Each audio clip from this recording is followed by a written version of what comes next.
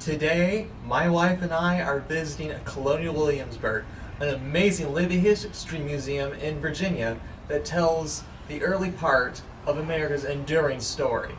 Come along with me and my wife as we explore a history buff's paradise. That's coming up next.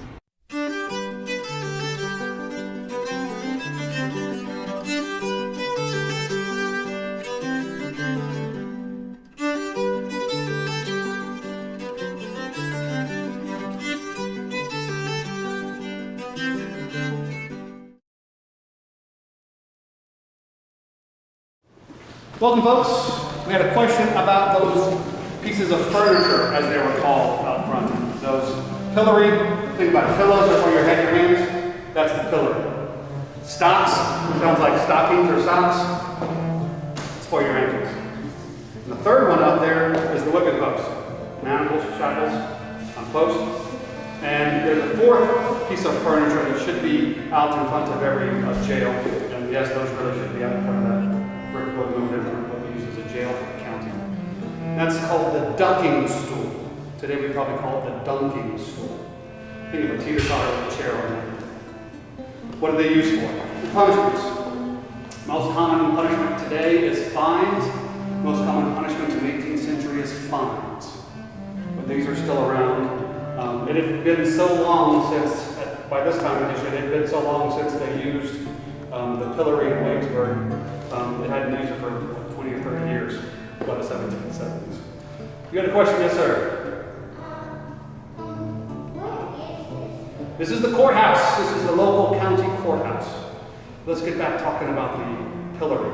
Pillory is for heinous or egregious misdemeanors. Like what?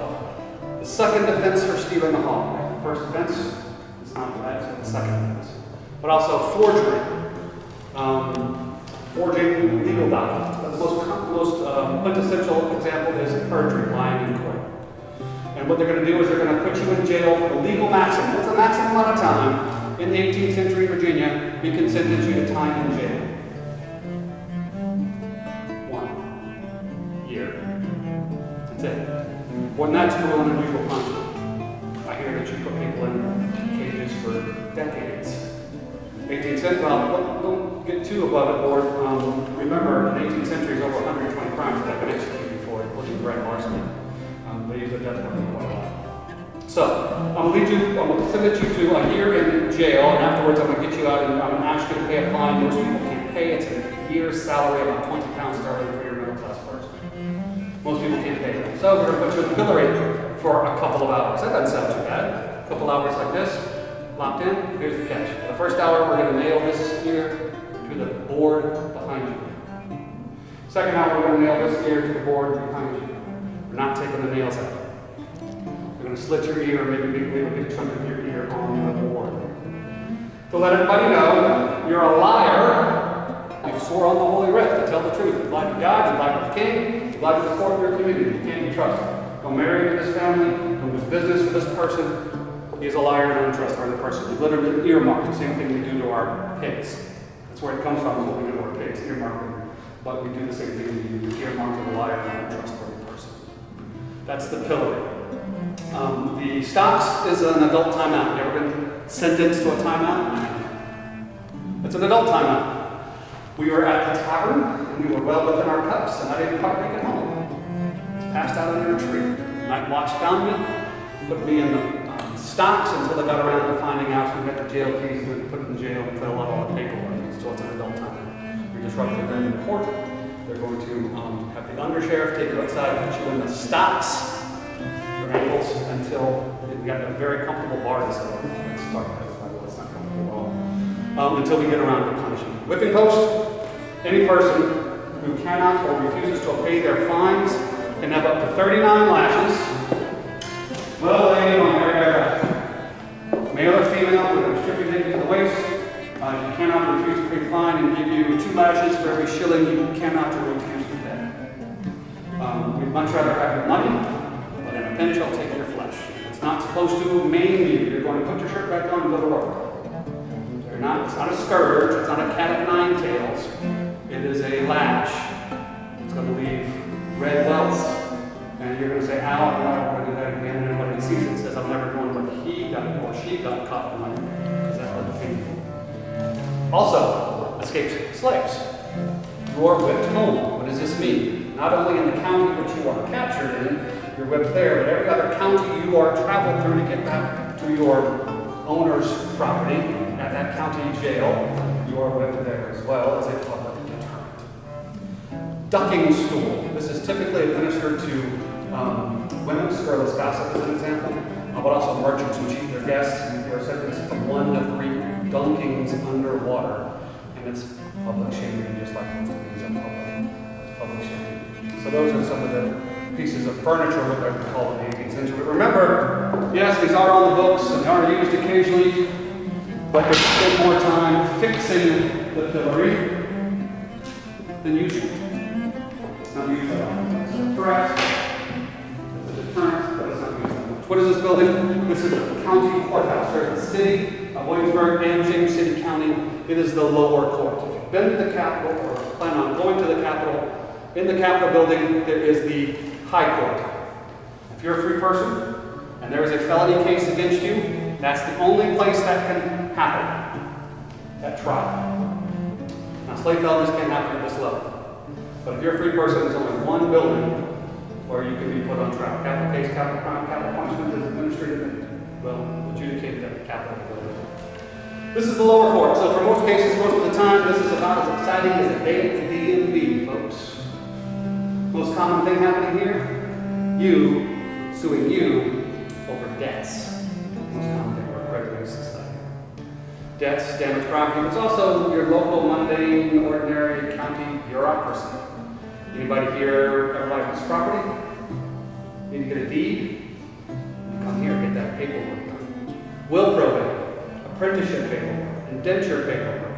That's all going to be done here as well. Small crime. Misdemeanors. Most common crime in the 18th century is non-attendance at church. You must by law attend the state-sponsored Church of England 1 weekend or pay a fine of about 5 shillings, about a day's wages. Most people treat that like we treat speeding tickets. You pay your ticket before a court comes up and you avoid court costs. That's about a day's wages for your middle-class person or average person. A day or two wages. And that goes to the poor box, so that's going to help the poor anyway. But it's also, you literally can get a speeding ticket in Williamsburg in the 18th century. You know this, right? You can't ride your horse or your cart any faster than a man can normally walk. This is one of our original buildings. Dates to 1770. Last year's courthouse in 1932. You were correct, 1932. In 1932, we had a 1900s interior. We had to put it back in the 18th century. Look at the best of our ability. We got around to finishing at about 1990 or so. Check my time here, about everyone. So about 7 minutes. We put it back at the original low policy, which you see was done based on our research, and it's all done without power tools. It's done by our brass, and even forging the brass orders. Let's talk a little bit about part of the room you're in, and this part of the room over here. What divides it? What is this? The bar. The bar. This is the bar of the King's Justice. Bar is short for a longer word. What longer word is bar short for? Barrier. Even the bar you bellow into and go drinking at, you're not allowed on the other side of the bar. Trust me on this. I've tried it for you. It doesn't work out well for you. Right? You're not allowed on the other side of the bar. On this side of the bar of the King's Justice, we let the bystanders go. Because in the 18th century, everybody on this side of the bar must stand. There are no benches here in the 18th century. You're literally standing by waiting for your case or standing by here to watch because it is open to the public. Today we say you must stand trial, and we promptly sit you down at a table. In the 18th century, we say you must stand trial. We don't give you any place to sit. You literally must stand trial. On the other side of the bar of the King's Justice, one of my favorite positions to talk about is this guy way up here. The bailiff. Is any doubt? This is his badge. It's a symbol. It's got a big metal ornament on top. It's got a fancy badge. And it's got a metal tip on it. It is a way to get your attention. How do I get your attention? Like this. See, everybody's looking at it. It's a very effective means of doing that. It's a gavel. It's also a badge, as I mentioned. And if things get hairy, I can literally defend the law. If you don't think that happens in London courtrooms, look that up on YouTube.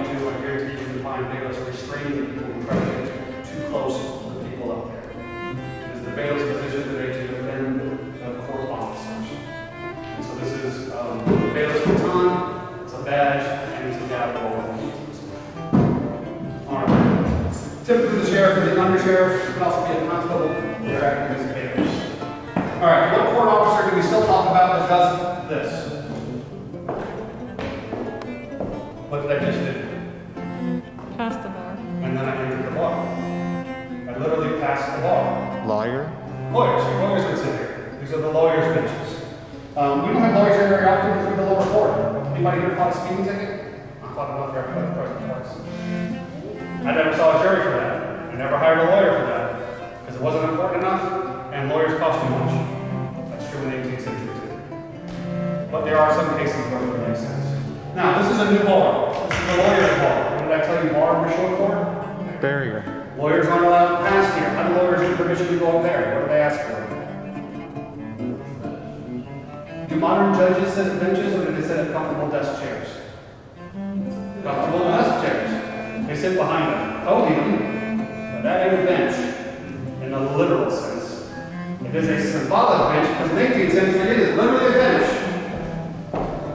And it's a bench trial, and if there's ever fewer than 4 of them, if you don't have 4 of those men up there, you can't hold court. And for slave felonies, it must be 5. Standing to up a little bit because that's the only chance that this court could ever hand down a death penalty case. And then those men decide by a simple majority. The Chief Justice, the guy sitting in the center, the Senior Justice doesn't vote unless there's a tie, guaranteeing there are no ties. Where slave felony, there has to be 5, there must be a supermajority of 4. Because it could be, well, much larger consequences for the decision. How do you get to be Senior Justice? Adults, how do you get to be senior at anything? Do it longer than everybody else. So he's the one with the most experience present that day. Jury election down here. We don't have juries here very often. Like I said, this is the lower court. But if you can prove, I think it's 10 pounds sterling in damages, it does qualify for a jury.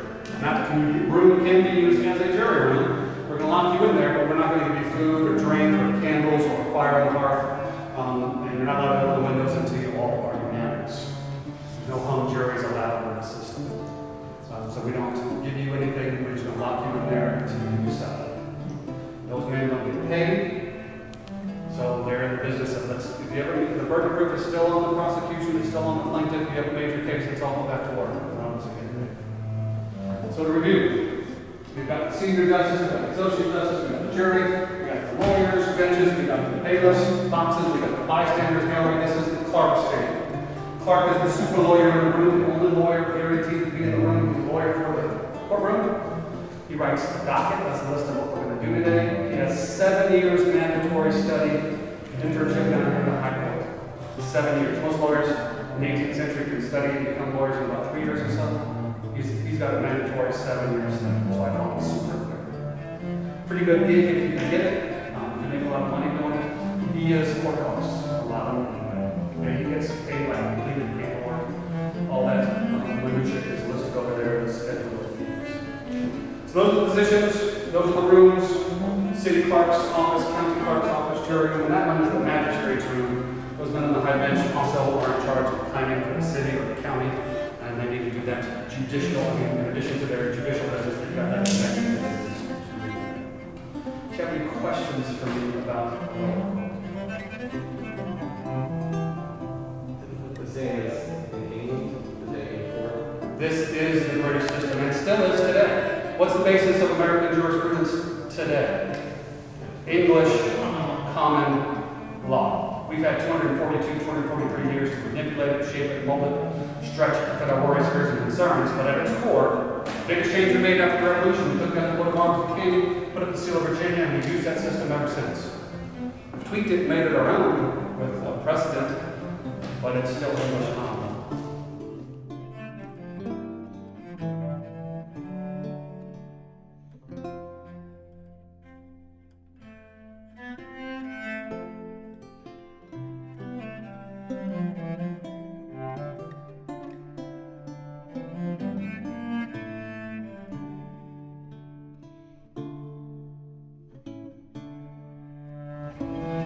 Well, that's a wrap for this Colonial Williamsburg video. I hope you really enjoyed it, getting to see another part of this amazing living history museum. If you like this sort of stuff, check out my other videos. Check out colonialwilliamsburg.org to plan your own visit here because it's so much cooler in real life than it is on film. Till next time, this is History Buff, TN Photobug signing out, and I'm having a blast with the past.